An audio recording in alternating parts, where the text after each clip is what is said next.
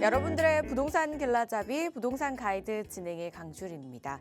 5년 만에 거래 규제가 해제돼서 호가가 상승하고 있는 송파구 잠실동의 아파트가 강남권 단지를 따라잡을 수 있을지 주목을 받고 있습니다.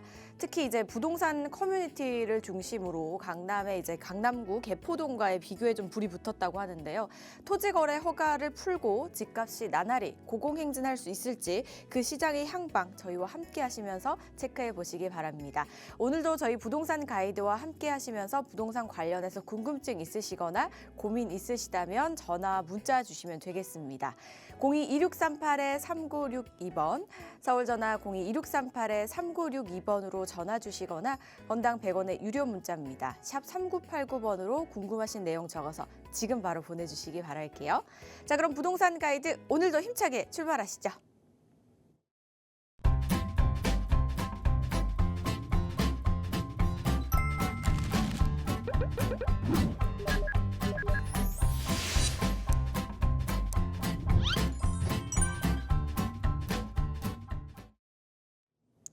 저희 팍스경제TV의 아이돌로 거듭나고 계시는 분이죠. 화요일의 남자, 동산이용 부동산연구소의 박성일 팀장과 함께합니다. 어서 오세요, 팀장님.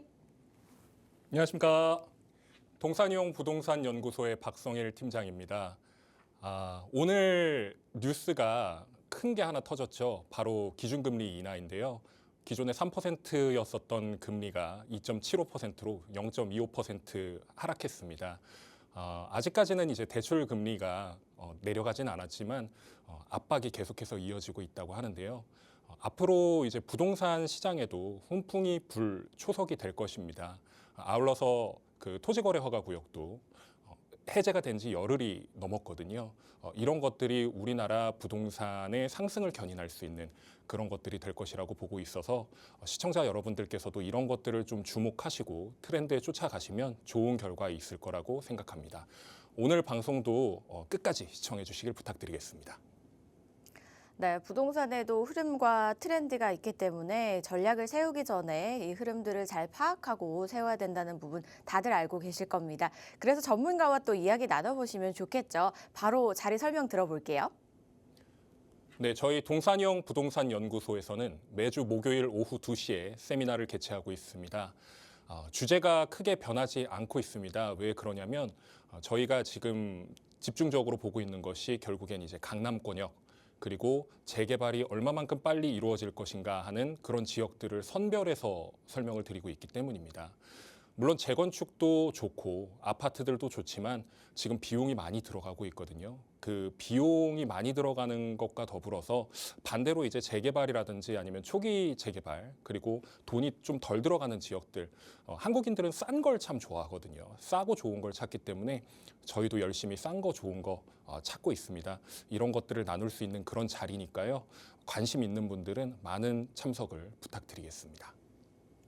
네, 참석하셔서 다양한 궁금증도 해결해 보시고요. 이야기도 나눠보시기 바랄게요. 문의사항은요. 02-2638-3962번과 샵 3989번으로 연락 주시면 되겠습니다.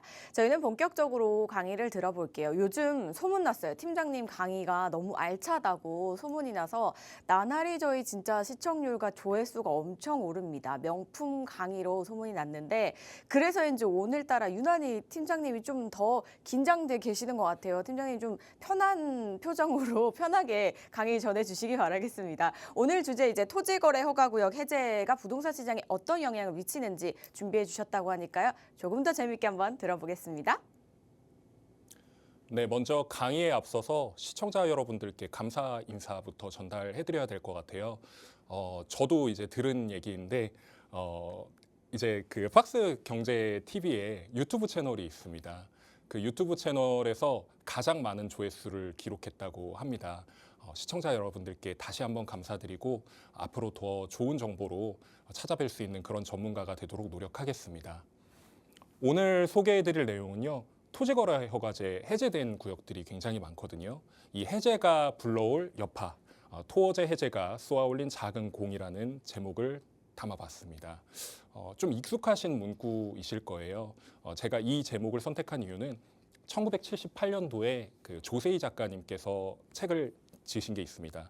난장이가 쏘아 올린 작은 공이라는 책인데요. 그 책도 지금에 와서 좀 이제 다시 한번 생각이 나는 것인데 결국엔 그것도 양극화와 더불어서 급격한 산업화, 도시화에 관련된 문제들이 담겨 있는 거거든요. 토지거래 허가제도 마찬가지로 그러한 문제들이 담겨져 있는 것들이 굉장히 많습니다. 이런 것들이 좀 이제 맞아 떨어지는 게 있다 보니까 이렇게 제목을 짓게 되었고요. 특히나 이 강남 일대가 가장 많은 주목을 받고 있고 가격의 견인도 이루어지고 있는 곳이기 때문에 이 부분을 좀 집중적으로 다뤄보도록 하겠습니다. 여러분들이 그 강남이라고 하면 생각나는 게 어떤 게 있으실까요? 저는 강남에 대한 지역을 분석할 때 이것저것 많이 찾아봤는데 이 문구가 가장 눈에 띄었습니다. 바로 이 0.1%라는 숫자인데요. 이 0.1%가 가진 힘에 대해서 이야기를 해보고자 합니다. 어떤 거를 의미하실지 굉장히 궁금해하실 것 같아요. 이 0.1%라고 하면 강남 3구, 그러니까 서초, 강남, 송파가 이 강남 3구에 속해 있죠. 근데 이 강남 3구의 땅이 전 국토, 우리나라 영토의 0.1%에 불과하다고 합니다. 그 말인즉슨 이 강남 3구가 0.1%밖에 안 된다라는 거죠. 근데 신기한 것은 이 0.1%의 땅이 강원도, 경상도, 충청도, 전라도 이 땅들을 다 합친 금액과 이 0.1%의 땅을 합친 금액이 똑같다고 합니다. 땅값이요. 굉장히 놀라운 일입니다. 이 0.1%의 그 토지에서 그만한 규모가 이 전역을 커버할 수 있다는 의미거든요. 이 사실을 알게 된 여러분들은 강남이 갖고 있는 위상에 대해서 다시 한번 생각하시게 될 것 같아요. 저 역시도 이 0.1%라는 키워드가 굉장히 눈에 들어왔습니다. 지난 방송에서도 설명을 드렸던 이 아크로 리버파크 2016년도에 준공이 되었었는데요. 지어진 지 3년도 채 되지 않아서 2019년도에 평당 1억 원을 찍었습니다. 평당 1억이라고 하면은 지금은 막 그렇게 놀랍지 않으실 것 같은데요. 이 당시에 평당 1억이라는 숫자는 굉장히 놀라운 것이었습니다. 사실 1억이라는 돈이 그렇게 작은 돈이 아니거든요. 근데 이 아크로 리버파크가 평당 1억 아파트라는 그런 상징성을 가지게 되면서 반포에 새롭게 올라가는 신축 아파트들의 가치 평가가 다시금 되었다. 이렇게 볼 수 있겠습니다. 현재는 54억 8천만 원의 최근 실거래가가 찍혀 있거든요. 최고가가. 이것을 평당 가격으로 환산하면 대략 1.6억 정도 됩니다. 1억 6천만 원이요. 한 평에 1억 6천만 원이라는 겁니다. 굉장히 놀라운 가격인 거죠. 레미안 원베일리, 우리나라에서 가장 비싸다고 하는 아파트입니다. 물론 고급 아파트 제외하고요. 일반적인 그 주거 지역으로서의 대단지 아파트에서는 가장 비싼 아파트인데요. 이것도 평당 2억을 돌파한 지 얼마 되지 않았습니다. 불과 한 2달에서 3달, 이제 3달 넘어가는 차이인데요. 물론 이런 1억이나 2억이나 찍었던 그 단지 그리고 안에 동호수 같은 경우에는 로얄동, 로얄층인 경우가 굉장히 많거든요. 특히나 이것도 마찬가지인데 한강 뷰가 보이는 그런 호실인데 얘마저도 지금 2억을 호가를 하였고 실거래가가 찍혔고요. 그리고 펜트하우스 있죠, 펜트하우스. 이 펜트하우스의 지금 호가가 얼마인지 아시나요? 250억입니다. 250억. 가늠이 되시나요? 아파트 하나가 평형이 조금 넓고 한강이 보인다 해서 250억입니다. 이걸 평당으로 환산하면 대략 2억 6천만 원 정도가 됩니다. 여러분들이 보시기에 이 강남의 아파트 가격이 비정상이라고 생각하시나요? 평당 1억을 찍었던 아크로 리버파크 때도 똑같았습니다. 90% 이상의 일반적인 사람들이 와, 이건 말도 안 되는 금액이다. 이 가격은 미쳤다라고 이야기를 했습니다. 근데 불과 채 4년, 5년 됐을까요? 5년 정도 되었죠. 5년 정도 된 그 시기에 2배가 뛰었다라는 거. 이 점을 상기시킨다면 강남에 들어가야 될 명분에 대해서 다시 한번 생각하시게 된다는 것이죠. 제가 되게 재밌는 데이터를 하나 가져왔습니다. 제가 직접 계산을 했는데요. 물론 이게 정확한 계산은 아닙니다만 재미로 보시라고 설명을 드리려고 이렇게 준비를 해왔습니다. 이 아크로 리버파크 실제 이제 최근에 거래됐던 그 사례를 비교를 해보았는데요. 이 계약 면적 기준입니다. 계약 면적. 그냥 건물을 지었을 때 어느 정도 돈이 들어가느냐 34평 기준입니다. 34평 기준으로 이거를 단순히 곱하면은 2억 돈밖에 되지 않아요. 근데 여기 3억 4,800만 원이 찍혀 있다는 것은 제가 이제 그 외의 면적까지 다 포함했기 때문에 뭐 관리실이라든지 아니면 공용시설이라든지 뭐 계단, 엘리베이터 이런 것들 있죠. 이런 것까지 다 했을 때 건물을 짓는 데 비용이 들어갔던 건 대략 3억 5천밖에 들어가지 않은 겁니다. 아랫단 한번 보실까요? 평당 가격이 54억 8천만 원짜리를 34로 나눠봤더니 평당 금액이 1억 6,100만 원이었습니다. 근데 이 호실, 그러니까 로얄동 로얄층이라고 말씀드렸잖아요. 이 호실의 대지 지분이 얼마냐, 그러니까 땅 면적이 얼마냐 찾아봤더니 11평 정도밖에 되지 않았습니다. 물론 일반적인 아크로 리버파크의 기타 세대들 같은 경우에는 보통 15평 정도 수준이 정상적인 대지 지분인데요. 이 11평밖에 되지 않는 땅이 이 가격을 찍었다라는 거예요. 그래서 그냥 단순 계산을 해보니까 땅 가치만 평가했을 때는 4억 8천만 원이 나왔습니다. 요즘에 평당 1억, 2억 이런 이야기들이 건물까지 다 포함한 그 금액이잖아요. 그러니까 토지와 건물의 합산 추산액이 결국엔 그 가격인 건데 이 건물이 없다고 할지라도 땅의 가치는 이 정도 수준까지 올라왔다라고 보셔도 무방하겠습니다. 레미안 원베일리도 한번 체크를 해봤어요. 근데 뭐 이런 것들 다 따져보고 마지막에 보니까 땅만 놓고 본다면 거의 6억 가까이 하는 상황입니다. 상업지역이 가장 비싼 땅이 우리나라에서 평당 10억을 왔다 갔다 한다고 하잖아요. 근데 이런 주거지역이 대지 지분만 놓고 봤을 때 평당 6억의 가치가 정말 옳은 가치일까? 이런 것들을 살펴보신다면 누구는 고평가라고 하고 누구는 적당한 가격이다라고 얘기할 수 있고 아니다, 이거보다 더 올라갈 수 있다, 이렇게 이야기하시는 분들도 계실 겁니다. 지금 당장은 고평가일 수는 있겠죠. 하지만 과연 이 레미안 원베일리의 가격이 나중에 갔을 때도 이 가격이 고평가인가 저평가인가? 제가 봤을 때는 시간이 지나면 이게 또 저평가라고 이야기가 나올 것 같아요. 제가 출근을 공덕동으로 하는데요. 제가 이제 송파에서 출근을 합니다. 제가 올림픽대로를 타기도 하고 강변북로를 타기도 하고요. 그 위에 있는 뚝섬로를 타기도 하는데 제가 오늘 출근한 길에 한번 쭉 살펴봤어요. 이 강남의 스카이라인을 한번 쭉 둘러봤는데 마치 철옹성 같이 정리가 되어 있더군요. 여기 보시는 게 이제 압구정 현대 아파트인데요. 이 뒷단이 다 강남 땅입니다. 지금은 재건축이 이루어지지 않았기 때문에 압구정 같은 경우에는 지금 막혀 있는 게 없죠. 하지만 압구정 같은 경우에도 재건축이 이루어지게 되고 70층 이상 규모의 건물이 들어서게 된다면 여기는 거의 성이 됩니다. 성. 강남 입성이라는 이야기를 많이 하잖아요.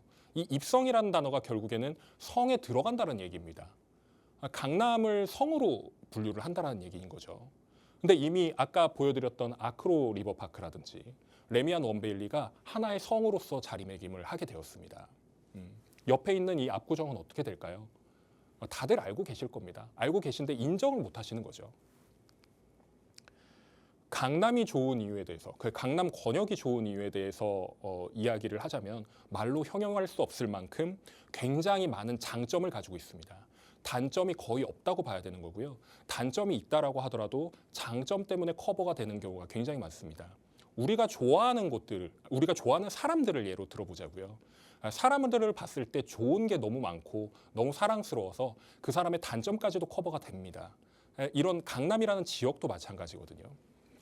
주거 상업이라든지 뭐 교통 환경이라든지 그리고 각종 편의시설과 병원 그리고 학교 그리고 역사 문화와 관련된 것들 모든 것들이 강남에 밀집되어 있기 때문에 우리는 강남을 인정할 수밖에 없고 제3자가 보더라도 여기는 중심인 곳이다라고 얘기할 수밖에 없습니다. 인정을 할 수밖에 없다라는 그런 지역이에요. 강남에 대해서 이렇게 설명을 드려봤으니까요. 이제는 토지거래 허가제에 대해서 좀 얘기를 나눠보겠습니다. 사실 이 토지거래 허가라고 하는 것은 저는 항상 이제 이 말의 뜻을 설명을 드립니다. 이 토지라는 건 결국에 이제 땅이거든요. 한번 해석을 해볼까요? 땅을 거래할 때 허가를 받아라, 승낙을 구해라라는 얘기입니다. 아래에서도 설명드렸듯이 땅 투기 억제를 위해서 장관이라든지 시도지사에게 거래에 대한 걸 승인을 받아야 되는 겁니다. 그러니까 이제 이거 같은 경우에는 이제 지정에 대한 얘기인데요. 그러니까 지정에 대한 부분을 얘네들이 한다라는 거죠. 장관과 시도지사가 한다라는 내용이고요. 뒤에서 이제 설명드릴 거는 결국에 이제 허가권자가 누구냐? 시장, 군수, 구청장이 되는데, 그러니까 결국에 일정 규모 이상의 주택 상가 토지, 그러니까 뭐 아파트가 됐건 빌라가 됐건 아니면은 또 땅이 됐건 이런 것들을 거래할 때 허가를 받아야 된다라는 얘기입니다.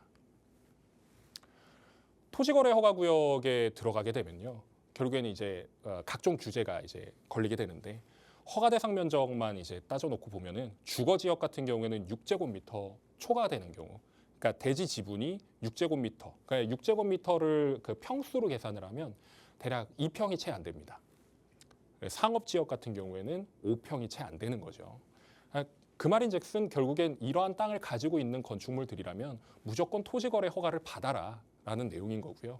그리고 토지거래 허가구역의 가장 메인인 게 결국엔 주택 수가 최종적으로 하나의 주택만 가지고 있을 때, 그러니까 무주택이거나 1주택인 사람이 기존의 주택을 처분하고 들어가야 된다는 게 가장 큰 단점입니다.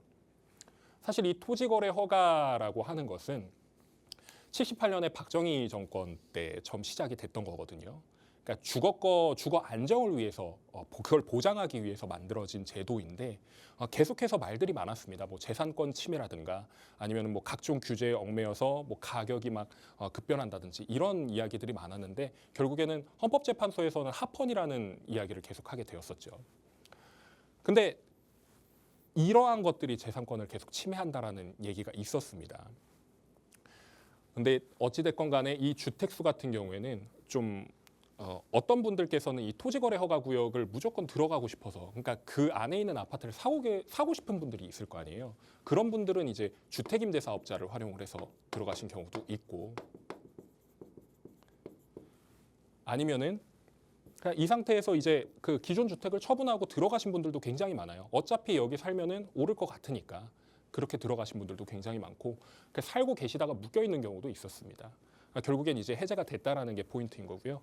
이런 규제들이 있다. 실거주는 2년을 꼭 해야 된다라는 거. 만일 하지 않으면 뭐 이제 벌금이라든가 처벌을 받게 된다는 것이죠. 지정된 토지거래 허가구역들인데요. 결국에는 앞서 말씀드린 것처럼 그 좀 높게 올라갈 지역들, 그러니까 가격이 좀 이제 급상승하고 막 이제 투기가 우려되는 지역들의 그 토지거래 허가구역을 지정하게 된 것이었고, 그와 더불어서 이제 화면에서 보시면은 더 잘 보이실지는 모르겠어요. 제가 설명을 드리자면 강남 서초 자연녹지 지역이라고 하면 그린벨트입니다. 개발 제한 구역 서리풀지구라고 되어 있는 곳도 서리풀지구 일대에 있는 그린벨트인 거고요. 근데 이 그린벨트마저도 지금은 이제 해제를 할 거라고 이야기를 하고 있죠. 왜 해제를 하는 걸까요? 이 그린벨트 땅을 결국엔 정리를 해서 여기다가도 아파트를 짓겠다 하는 내용이 담겨 있습니다. 그래서 불과 몇 달 전까지만 하더라도 개발 제한 구역에 투자를 하니 많이 이런 뉴스들도 많이 보셨을 거예요. 결국엔 이제 트렌드가 계속해서 옮겨져 가고 있다. 이렇게 보시면 되겠고, 그 아랫단에 보시면 이제 재건축이라든가 재개발에 대한 이야기들이 굉장히 많을 겁니다. 모아타운도 마찬가지로 이제 모아타운은 소규모 재개발이거든요. 결국에 재개발의 일환인 건데, 이런 재건축 재개발이 이루어지게 되면 거기에 사람들이 많이 몰린단 말이에요. 이 몰리는 걸 차단하기 위해서, 몰린다라는 건 어떤 의미입니까? 사람들이 몰리면 당연히, 그러니까 건물은 예를 들어서 한 3개가 있는데 사람들은 한 100명이 모인단 말이에요. 그러면 100명 중에 하나인 내가 여기를 너무 갖고 싶고 너무 사고 싶어서, 그러니까 예를 들어서 1억이었던 가격이 계속 파죽지세로 치솟습니다. 물론 천장은 있겠지만요. 주변 가격과 비례해가지고 선택을 하시겠지만, 이 천장이 없는 상태에서 올라가게 된다면 여기는 굉장히 심각한 지역이 됩니다. 근데 이런 것들을 차단하기 위해서 막는다라는 것이죠. 그래서 신속통합기획에 묶이게 되면 최장 5년까지 묶이게 되는데 최근 트렌드였던 잠삼대청이라고 하는 잠실, 삼성, 대치청담 이 권역들 같은 경우에는 올해가 딱 5년 차였습니다. 5년 차였는데 언제 풀릴까 하는 걸 궁금해하시는 분들이 많았는데 최근에 풀렸었던 것이죠. 토지거래 허가제가 어떤 문제를 야기시켰냐 이런 것들이 굉장히 이야기가 많았습니다. 기본적으로 이 풍선 효과라고 하는 그러니까 결국에는 여기가 이제 여기가 이제 토지거래 허가 구역이었던 거겠죠. 그러면 전이를 하게 됩니다. 전이. 풍선 효과라는 게 결국에 전이 효과라고 얘기를 하기도 하거든요. 여기에 있었던 그 집들이 못 사잖아요. 그러니까 이 주변까지 연계가 된다라는 이야기입니다. 그러니까 풍선을 누르면 이렇게 눌렸을 때 그 압력에 의해서 옆으로 퍼져나가면서 가격이 올라가는 것처럼 느껴지잖아요. 이런 것들 때문에 수혜를 받았던 지역이 많았습니다. 근데 다시금 우리가 풍선을 이렇게 손을 뗐잖아요.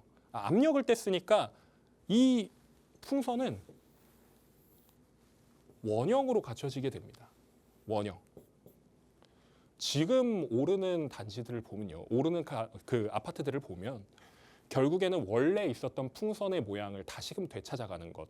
그게 첫 번째 포인트고 두 번째로는 더 올라갈 것 같잖아요. 그러면 이거보다 더 올라가는 이거 좀 비정상적인데 이야기를 하는데 사실 얘도 키 맞추기를 하게 되면서 풍선의 모양 그대로 유지를 하게 될 것입니다.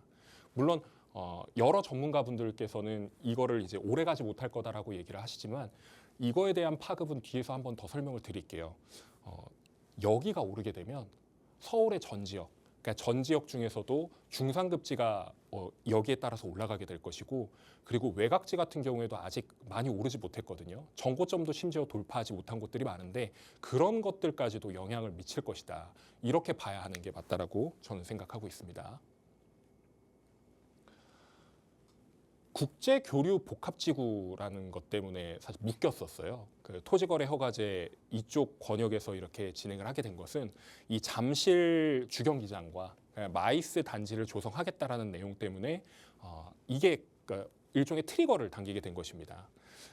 근데 화면에서 보시면 아시겠지만 지금 토지거래 허가제 해제되면서 수혜를 입는 단지가 어디냐 이렇게 살펴보니까 레미안데치 팰리스하고 그리고 잠실에서는 엘리트라고 하는 엘스, 리센츠, 트리듐, 레이크 팰리스 이렇게 네 단지가 그 수혜를 입을 거라고 적어놨는데 실제로 저 그 단지들의 호가도 올랐을 뿐더러 실거래가도 지금 오른 가격에 찍히고 있다. 이게 첫 번째 포인트입니다. 그런데 제가 지금 수혜를 입을 곳이라고 말씀을 드렸잖아요. 이 수혜를 입은 곳이 아니라 입을 곳입니다. 입을 곳. 앞으로 미래가 기대되는 곳들은 어디냐면요. 아직 유지가 되고 있는 단지들입니다. 이 유지가 되고 있는 단지는 아까 제가 그 풍선 효과 말씀드렸잖아요. 눌려 있는 거거든요, 계속. 근데 얘네는 이미 원형을 유지를 다시 이제 돌아온다는 거죠. 근데 얘는 아직까지도 눌려 있다라는 건 나중에 눌렸을 때 얘가 눌렸다가 이렇게 올라오는 폭이 더 커질 겁니다. 그러니까 지금도 오르고 있는 상황인 거거든요. 그러니까 물론 오르는 그 폭이 얘네는 좀 적겠죠. 근데 앞으로 이 지금 해제되면서 수혜를 입은 단지들의 가격과 맞춰서 키 맞추기가 된다라는 걸 명심하시면 좋겠습니다. 특히나 이 옆에 있는 것이 이제 방금 말씀드렸던 잠실 주경기장, 그 마이스 사업 진행이 되는 것이고, 되게 여기 수변 공간이 잘 정돈이 돼 있는데 여기가 원래 탄천입니다. 탄천. 뒤에서도 한 병을 설명을 드리겠지만 이 삼성동 권역과 이 잠실동 일대가 확 바뀐다라는 거 알고 계시면 좋을 것 같고요. 특히나 지금 이제 위성 사진을 살펴보게 되면 이 땅덩어리, 얘가 이제 한전 부지였죠. 제가 항상 강조드리는 GBC입니다. GBC 글로벌 비즈니스 센터. 현대에서 그러니까 현대차에서 산 부지 있잖아요. 그리고 여기가 이제 코엑스고요. 여기를 이제 살펴보시면 이 서울의료원 같은 경우에는 중랑구로 이전이 되었습니다. 그래서 이 부지가 지금 남아 있는 거고요. 밑에 뭐 한국감정원 부지 저 일대는 이제 소방서와 경찰서가 아랫단에 깔려 있고, 그리고 여기 이제 영동대로 같은 경우에는 뒤에서도 이미지를 한 번 더 보여드리겠지만 복합개발 사업이 진행 중에 있습니다. 그러면 이 잠실 운동장과 이 탄천과 연계되는 계획과 연계되는 그 단지들이 어디냐? 바로 이쪽이거든요. 그러니까 청담동, 삼성동, 잠실동 그리고 밑에 대치동까지 이어지기 때문에 여기를 주목할 수밖에 없어요. 지금 상황에서는요. 특히나 제가 방금 말씀드렸던 영동대로 복합개발 사업, 이 개발 사업이 2월 달에 착공을 한다라고 그 지하 이제 그 착공한다고 얘기가 나왔는데 실제 착공식이 벌어졌다는 뉴스는 아직까지 나오지 못했습니다. 그걸 저도 빨리 체크하고 싶었는데 저도 급하게 나오느라 체크는 하지 못했고, 이런 식으로 변모를 한다라는 겁니다. 위에 공원을 만드는 거죠. 그러니까 여기가 원래 그 왕복 10차로 이상의 그 대로거든요. 이 대로를 지하화를 시키면서 1km 정도를 지하도로로 만들면서 거기에다가 이제 이 광역 복합 환승센터라는 것까지 갖추게 되는 겁니다. 지하의 아케이드 시설까지도 갖추어지게 되는 것이고요. 이 공원이 되면 어떻게 되느냐? 제가 이전 방송에도 설명드렸듯이 코엑스하고 이 현대차 부지가 나중에 이제 완성이 되면 여기를 걸어서 움직이는 거예요. 그러니까 횡단보도를 기다리고 있거든요, 지금은. 근데 그 횡단보도가 사라지게 됩니다. 도보 생활권이 가능하다라는 거죠. 이게 메인입니다. 이게 메인. 예. 원래 있었던 그 대로를 없애버리고 공원을 만든다. 강남에는 한강변 말고는 뭐 널찍한 공원이 그렇게 많지는 않습니다. 뒤에 뭐 물론 개포 뭐 산 같은 것도 있긴 하지만 이 정주 여건에서 중요한 공원까지 만든다라는 거는 그냥 엄친아가 다 가지고 있는데 하나 더 갖겠다라는 거나 다름이 없는 거예요. 특히나 여기 같은 경우에는 지금 역세권이 몇 개 안 되지만 펜타 역세권까지 정리가 된다는 거죠. 이 펜타라는 건 5개의 역세권을 의미합니다. 여기가 이제 GTX-A 그리고 GTX-C가 들어오게 되는 거고요. 그리고 원래 있었던 호선들이 있죠. 2호선, 9호선 이렇게 들어서게 되는 것이고, 그리고 위례 신사선도 들어온다라고 얘기를 했는데 이게 지금 약간 좀 늦어지고 있습니다. 이것까지도 갖춰지게 된다면 5개 호선이 움직이는 펜타 역세권으로서 삼성역이 정리가 된다. 이렇게 정리를 하시면 되겠습니다. 지금은 보잘것없는 것처럼 느껴지지만 물론 지금도 보잘것없는 건 아니에요. 그 일대 가보시면 굉장히 휘황찬란합니다. 근데 그거보다 더 좋아진다. 그러니까 좋아지는 놈만 계속 좋아지고 있다는 거예요. 특히나 이 GBC 같은 경우에는 원래 105층으로 설계가 되려고 했습니다. 강남의 랜드마크로서 상징성을 부각시키는 그런 건물로 정착이 되려고 했는데 지금 며칠 전에 이 설계안이 다시 나왔죠. 수정된 걸 이제 서울시에 제출을 했습니다. 54층짜리를 3개동을 만들겠다. 그래서 사람들이 이 얘기를 해요. 그 예전에 그 미국의 쌍둥이 빌딩이 있었지 않습니까? 물론 지금 사라졌지만 이걸 이제 삼둥이 빌딩이라고 얘기를 하더라고요. 근데 서울시에서는 이걸 만족하지는 않을 것 같은데 이게 계속해서 그 지연이 되고 있거든요. 그 사업에 대한 지연도 있고, 이 사업이 이루어지게 되면 뭐 기부 체납이라든지 기여금이라든지 이런 것들도 정리가 될 수 있기 때문에 서울시에서도 이 부분에 대해서 좀 이제 다시 한번 생각을 하고 정리를 하겠다, 이런 생각을 가지고 있는 것 같습니다. 결국엔 이 잠삼대청이라고 하는 지역이 지금 딱 트렌드거든요. 이 트렌드를 자꾸 설명을 드리는 이유가 우리나라 사람들은 트렌드에 굉장히 민감한 민족입니다. 특히나 유행이 진짜 손바닥 뒤집듯이 뒤집혀져요. 그러니까 우리가 뭔가를 와 이렇게 하고 나서 그러고 나서 푹 씻고 그 다음 타자를 기다리게 되는 거죠. 오래 가지를 못합니다. 그러면 이 다음에 지역이 어딜까라고 살펴봤을 때 일단 압구정은 이미 지금 올라가고 있어요. 압구정 올라가고 있고, 압려목성이라고 하는 곳들인데 결국에 여의도, 목동, 성수 이런 것들이 좀 이제 또 집중이 될 것이다, 이렇게 보고 있습니다. 왜냐하면 지금 대부분의 다 여기는 지금 구축이거든요. 구축. 얼죽 신이라는 그 이야기는 항상 얘기가 나오지 않습니까? 신축을 선호하는 현상은 당연한 거예요. 사람들은 새 거를 많이 찾지 않습니까? 근데 지금 구축인 아파트들이 신축으로 올라가게 되면 사람들은 또 그 신축에 미쳐 날뛰게 되겠죠. 지금 구축이었던 게 이게 신축이 되면 가격 상승이 한 번 더 이루어지게 될 것이고 이 가격 상승에 맞춰서 지금이 신축인데 얘가 신축이 되면 준신축이나 구축이 되는 그런 단지들도 가격이 엄청 차이가 나진 않을 겁니다. 좀 따라가려고 노력하는 그런 패턴으로 계속해서 이어지게 될 것입니다. 제가 압류목성까지 말씀드렸잖아요. 그러니까 잠삼대청 압류목성이라는 이야기가 굉장히 많은데 결국에는 이 강남에서 쏘아올린 그러니까 토지거래허가제 해제로 인해서 쏘아올린 그 작은 공이 전 지역으로 서울 전 지역 제가 자꾸 서울 전 지역이라고 말씀드리는데 사실 이 아랫단의 과천이나 판교도 마찬가지입니다. 그러니까 제2의 강남 이런 얘기들이 많이 나오잖아요. 강남하고 가장 가깝기 때문에 그리고 각자의 정주 여건이 구성되어 있는 도시들이 있기 때문에 그것까지도 포함인 거고요. 그러니까 이 일대에서 벌어지는 그 부동산 가격 상승 이 가격 상승이 결국에는 영향을 줄 수밖에 없습니다. 제가 압류목성까지 말씀드렸잖아요. 지금 계속 꿈틀거리고 있는 곳들이 마포하고 성동구. 용산구는 당연히 이제 그 제2의 강남이라고 대표적으로 이야기를 하는 곳이니까 거기는 당연하다고 보셔야 되는 게 맞고요. 이런 지역들까지도 계속해서 훈풍이 불게 되는 것이고 앞으로 광진이라던가 강동까지 그리고 노량진은 뉴타운이 지금 조성이 되고 있기 때문에 이제 하나둘씩 이제 입주장이 들어가게 되면 여기도 마찬가지로 다시금 보게 되는 것이고 그리고 이 여의도, 뭐 영등포 이런 데까지도 계속해서 온기가 전달될 것으로 그렇게 예상이 됩니다. 마지막으로 준비한 자료가 굉장히 저는 약간 부동산에 대해서 잘 모르시는 분들이나 아니면 좀 회의적인 분들한테는 욕먹을 각오로 준비를 했습니다. 서울 신축 아파트의 향후 예상 가격인데요. 방송 보시는 분들 중에 이거 보시고 지금 약간 말을 못 잇는 분들이 계실 수도 있을 것 같아요. 국평이라고 하는 34평 기준으로 제가 정리를 해봤습니다.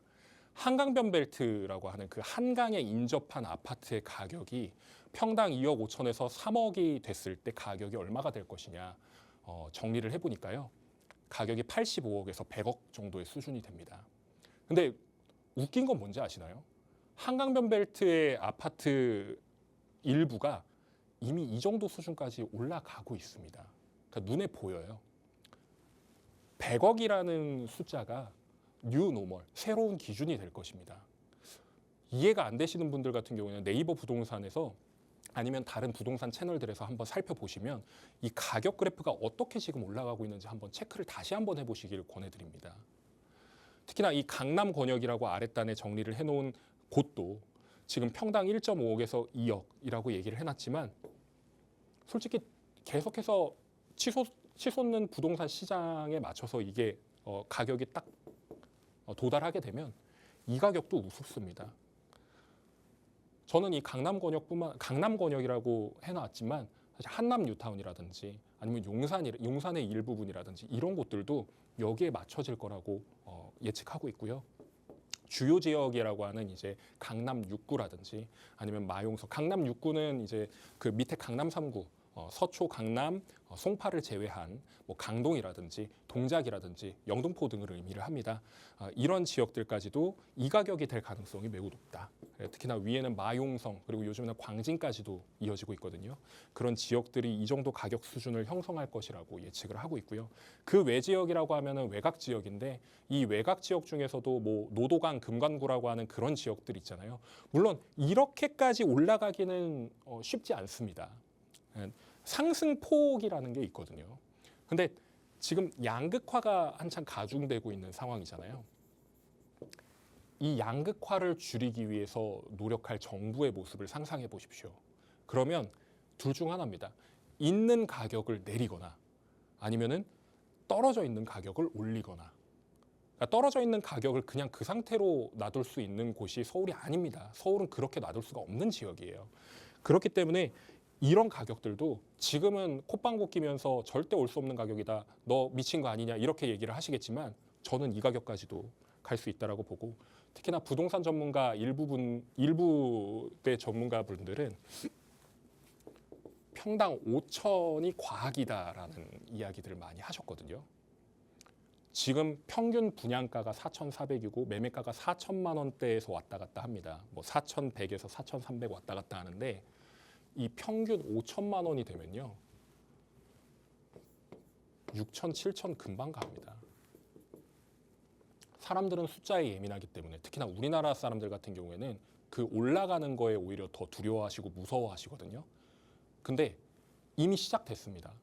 시작됐는데 아직 달리지 않은 분들 같은 경우에는 꼭 한번 집중하셔서 지금 기회를 다시 한번 살펴보시고 준비를 하거나 이미 시작을 하셔야 된다는 거 명심하셨으면 좋겠습니다.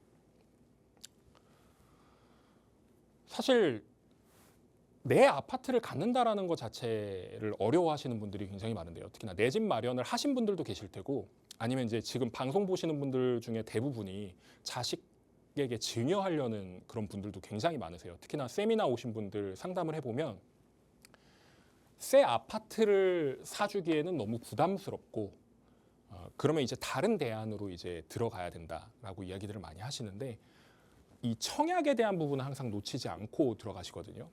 근데 과연 내가 청약 점수가 그 기준에 맞느냐를 먼저 따져보셔야 될 것 같고요. 그리고 이 분양권 같은 경우에도 입지에 따라 다르긴 하지만 뭐 그냥 서울은 5억 이상입니다.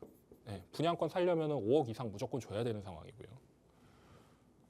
이게 첫 번째 목표라고 한다면 이거는 이제 그럼 패스하겠습니다. 그럼 두 번째, 사업성이 보장된 재건축과 재개발. 물론 이 사업성이 보장된 곳들은 이미 가격이 많이 뛰어 있고 저평가가 된 지역이라고 하더라도 가격이 쉽지는 않은데요. 진입 장벽이 높다라는 거죠. 이런 부분들을 안전하게 그냥 일단 가져가겠다라고 하시면 이 투자를 접근하시는 게 맞습니다. 이게 두 번째. 여기에 이제 따로 경매나 이런 것들을 넣어놓지 않은 이유는 경매도 결국에 기술이 필요한 거기 때문에 여러분들께서 그 경매에 접근하시려면 또 이제 전문가의 도움을 받으시거나 아니면 직접 공부를 많이 하셔야 돼요. 안 그러면 실수가 벌어지기 때문에 그냥 단순하게 우리가 접근할 수 있는 방식에 대해서 계속 설명을 드립니다. 마지막으로 초기 재개발 투자인데요. 이거 같은 경우에도 리스크가 굉장히 높다라고 이야기를 하시는 분들이 많습니다. 단 저는 이렇게 말씀드릴 수 있을 것 같아요. 초기 재개발 투자에서도 될 곳이 있고 안 될 곳이 있습니다. 그리고 두 번째로는 상급지냐, 중급지냐, 하급지냐를 나눠야 되는 거죠. 사실 싼 게 비지떡이라는 이야기를 저는 믿거든요. 싸다고 해서 좋은 건 아닙니다. 그렇다고 해서 비싸다고 좋은 것도 아니거든요. 그러니까 적당한 시기, 적절한 지역 이런 것들을 찾아낼 수 있는 능력을 내가 갖추고 있다면 좋겠지만 그런 능력이 없으시다면 부동산 가이드의 전문가들뿐만 아니라 팍스경제TV 안에 계시는 부동산 전문가분들께 상담을 의뢰하셔서 이런 투자 방식도 접근해 보셔라 이렇게 권해드리겠습니다. 결국 아파트라는 건 처음에 맨 땅에 아파트를 짓지 않은 이상 그러니까 빌라나 단독, 다가구 주택이 밀집되어 있는 지역에서 정비 사업을 통해 아파트가 만들어지는 과정을 겪게 됩니다. 여러분들께서는 지금 내 집 마련을 하고 계신 분도 계시고 한 분도 계시고 아직 못 하신 분들도 계실 테지만 내가 아파트에 들어가고 싶다면 선택은 내가 아파트를 그냥 사거나 아니면 아파트가 지어질 곳을 주목을 해보셔야 되는 거겠죠. 오늘 마지막에 이걸 설명을 드린 건 결국에 내가 강남을 입성하려고 노력을 하려면 내가 돈을 많이 벌거나 아니면 투자에 성공해야 되는데 제가 봤을 때는 지금 돈을 너무 많이 버는 거는 거의 불가능에 가깝다라고 보여지고요. 결국에 내가 강남에 입성하기 위해서는 이런 투자를 계속해서 놓쳐서는 안 된다. 다주택자주기이기 때문에 잠시 멈춰져 있었던 건데 지금 다주택자에 대한 부분을 다시금 이제 살리려고 하고 있습니다. 이런 기회 놓쳐서는 안 되겠죠. 여러분들께서 이런 것들을 꼭 생각하셔서 세미나도 참석하시고 그리고 방송도 많이 시청하셔서 양질의 인사이트 계속해서 얻으시면 좋은 결과 있을 거라고 생각합니다. 토지거래 허가 구역이 해제가 되면서 이 토지거래 허가라는 6글자밖에 안 되는데 이 6글자가 가지고 있는 힘이 정말 어마어마하다라는 생각이 들었습니다. 풍선 효과와 함께 또 그 해제로 인해서 수혜를 받을 수 있는 곳까지 한번 들어봤고요. 또 서울에 이제 내 집 마련을 하기 위한 전략들 어떤 것들이 있는지 지금 간단하게 정리를 해주셨습니다. 지금 보시면 화면에 나가고 있는데요. 이에 맞게 이제 나에게 맞는 전략은 어떤 전략일까 좀 더 자세하게 플랜을 짜보고 싶다 하시는 분들 분들은 세미나에 참석하셔서 전문가와 함께 의견 한번 나눠보시면 어떨까 싶습니다. 공덕동 인근에서 목요일 오후 2시에 진행이 된다고 합니다. 이번 주 목요일 2월 27일로 지금 화면을 나가고 있거든요. 주제도 함께 나가고 있습니다. 평소 관심 있으셨던 주제거나 또는 부동산 관련해서 궁금증 있으신 분들은 참석하셔서 다양한 이야기들 나눠보시기 바랄게요. 문의사항은 02-2638-3962번과 샵 3989번으로 지금 바로 연락 주시기 바라겠습니다.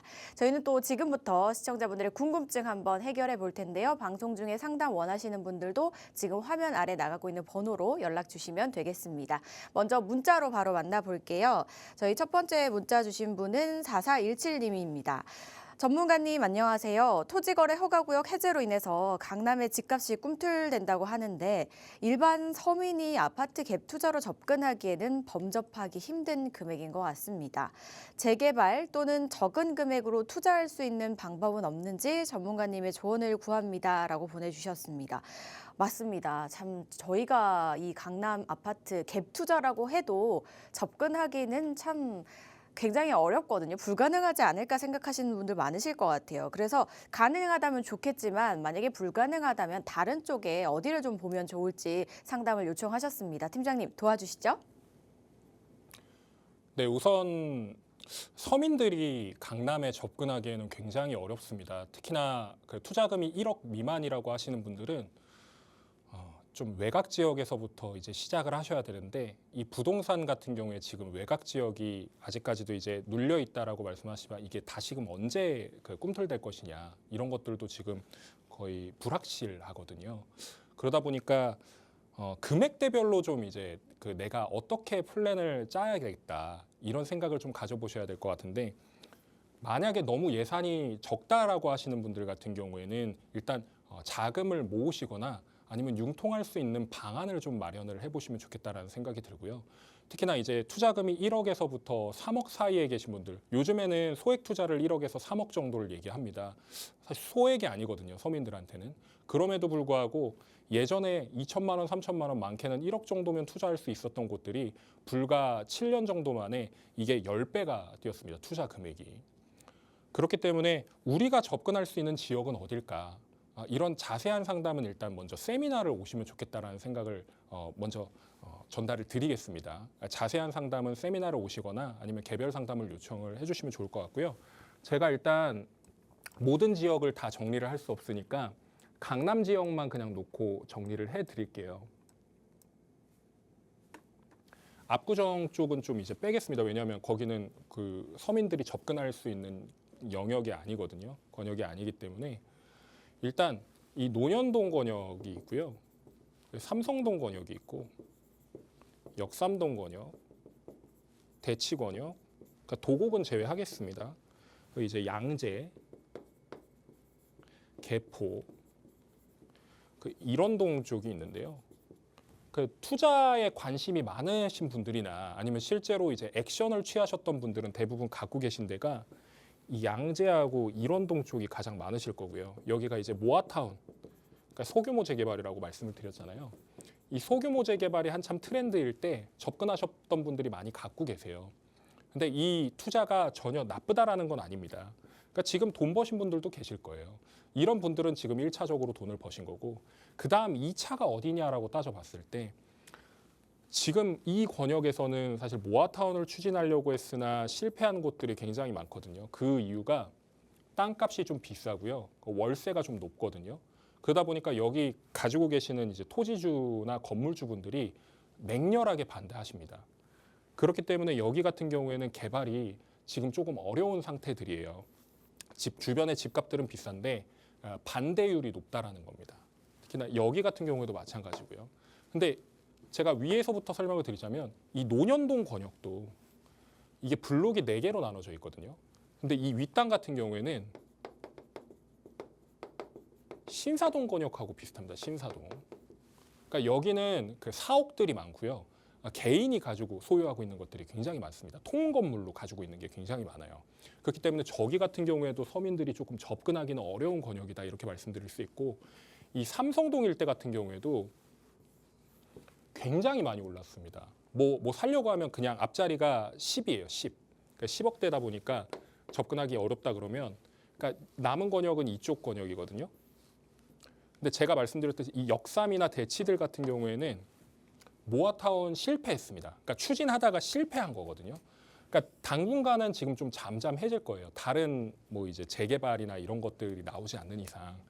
그러면은 여기서 올 수 있는 압력들을 볼 수 있는 이 논현동 아랫단을 보시거나, 그러니까 여기는 지금 개발 호재가 있는 건 아닙니다. 다만 이 압력이 이제 나중에 생겼을 때 여기도 오를 수 있겠다라는 추세. 그러니까 그런 것들을 봤을 때 여기를 주목하시는 것도 중요하고요. 특히나 이 아랫단. 지금 이 개포가 평당 1억을 찍잖아요. 이 일대가 지금 많이 저평가가 되어 있는 상황입니다. 보통 빌라의 가격을요. 빌라나 뭐 단독주택이나 다가구는 비싸니까 제외하고요.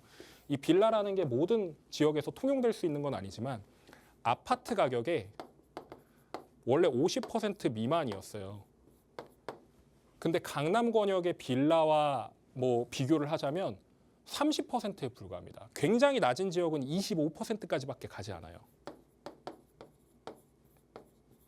근데 아파트 값은 청정부지로 치솟고 땅값도 비슷한데 빌라의 가격이 낮다고 해서 계속해서 접근하시라고 전문가분들이 이야기를 하는 건 결국엔 두 가지입니다. 아파트를 받을 수 있는 조건, 그리고 또 하나는 대지 가격이 올라가잖아요. 땅 가격이 올라가잖아요. 그러니까 건물 가격은 오른다라고 생각을 하시면 안 됩니다. 그 땅의 가치가 계속해서 오르고 있으니까 나중에 여기 아파트를 짓든 오피스텔을 짓든 아니면 다시금 새로운 건물을 짓든 할 때에 그러니까 시행업자들이 지금은 대출을 못 받으니까 접근을 못 한단 말이에요. 근데 노후도가 지금 애매한 곳들은 다시금 접근하게 되어 있습니다. 제가 아까 뭐라고 말씀드렸나요? 새 건물 많이 찾는다고 말씀드렸잖아요. 특히나 우리나라 사람들은 새 건물 그리고 새로운 기술이 도입된 것들 얼리 어답터 성격이 굉장히 강합니다. 그렇기 때문에 이런 가격을 가지고 있는 것들을 가지고 계신다 그러면 나중에 50%까지 복귀를 하지는 못한다고 하더라도 최소한 못해도 35%에서 40% 가격까지는 가야 된다라는 게 일반적인 생각인 거예요. 그러면 지금 가격에서 10%, 20% 오르면 꼴랑 얼마나 오르는데 라고 얘기를 하시지만 내가 투자하는 가격 대비 올라갈 수 있는 금액은 정해져 있지 않습니까? 이 정도는 먹을 수 있다는 안전마진이 보장이 돼 있는 거예요. 개발지가 아님에도 불구하고요. 그런 것들을 살펴보셨을 때 이 양재 권역 지금 모아타운 하고 있으니까 좋습니다. 근데 다만 속도가 조금 지지부진하죠. 왜냐하면 어떤 구역은 잘 되고 어떤 구역은 안 되니까 그렇습니다. 신속통합기획과 차별점이 뭐냐면 구역이 정형화되어 있고 구역이 쪼개져 있지 않느냐 아니면은 구역이 쪼개져 있고 나중에 합치느냐의 차이인데 제가 항상 말씀드리는 게 그거예요. 조각 케이크냐 아니면은 통으로 된 케이크냐를 설명을 드리거든요. 신속통합기획은 조각 케이크가 아닙니다. 통 케이크예요. 근데 모아타운은 조각 케이크입니다. 누가 한 조각을 그냥 안 주면은 전체적인 케이크의 모양이 완성이 되지 않아요. 케이크는 케이크이죠. 케이크는 곧 아파트지 않습니까? 근데 이 아파트의 원형은 갖춰져 있는데 완전한 대단지 아파트로 구성이 되기는 조금 어렵다. 모아타운이 나쁘다라는 건 아닙니다. 단지 완성이 되면 다 좋은 건데 그러니까 이런 지역들 같은 경우에는 지금 지지부진한 상황이 그런 이유들 때문이다라고 말씀을 드리는 거고 이 개포 같은 경우에는 한 번 했다가 실패한 이력이 있습니다. 그러나 그 실패한 이력이 강남에 대한 그 입지에 대한 부분 그러니까 너네가 강북에서 재개발 많이 하는데 여기서 재개발하면 너네가 뭐가 되겠니? 잠깐 좀 참아. 그리고 노후도도 뭐 괜찮잖아. 이렇게 그냥 한번 넘어간 거거든요. 나중에 압력이 들어오게 되면 제가 아까 뭐라고 말씀드렸죠? 평당 1억 옆에 이 사이를 두고 1억이에요. 그럼 얘도 34평 받으면 34억짜리 아파트 됩니다. 이런 것들을 생각해 보시고 투자 금액이 여기는 아마 2, 3억 정도 될 거예요. 2, 3억 정도를 내가 융통해서 여기에 투자하신다거나 아니면은 이 논현동 일대를 한번 주목을 해보시고 그렇게 정리를 해보시면 더욱 좋겠습니다. 세미나 한번 참석해 보셔서 이야기 한번 들어보시죠. 네, 일단 강남 지역 내에서만 설명을 해주셨으니까 이 부분 참고해 보시고요. 나에게 맞는 또 플랜을 원하시는 분들은 세미나 활용해 보시기 바라겠습니다. 문의 전화는 화면 아래 나가고 있는 번호로 많은 연락 주시기 바랄게요. 저희는 여기서 또 인사를 드리도록 하겠습니다. 저희 방송에서 제공하는 정보는 투자 판단에 대한 조언일 뿐 해당 부동산의 가치, 상승과 하락을 보장하지 않는다는 점 기억해 주시기 바라겠습니다. 남은 하루 즐겁게 보내시기 바랄게요. 시청해 주신 여러분 고맙습니다.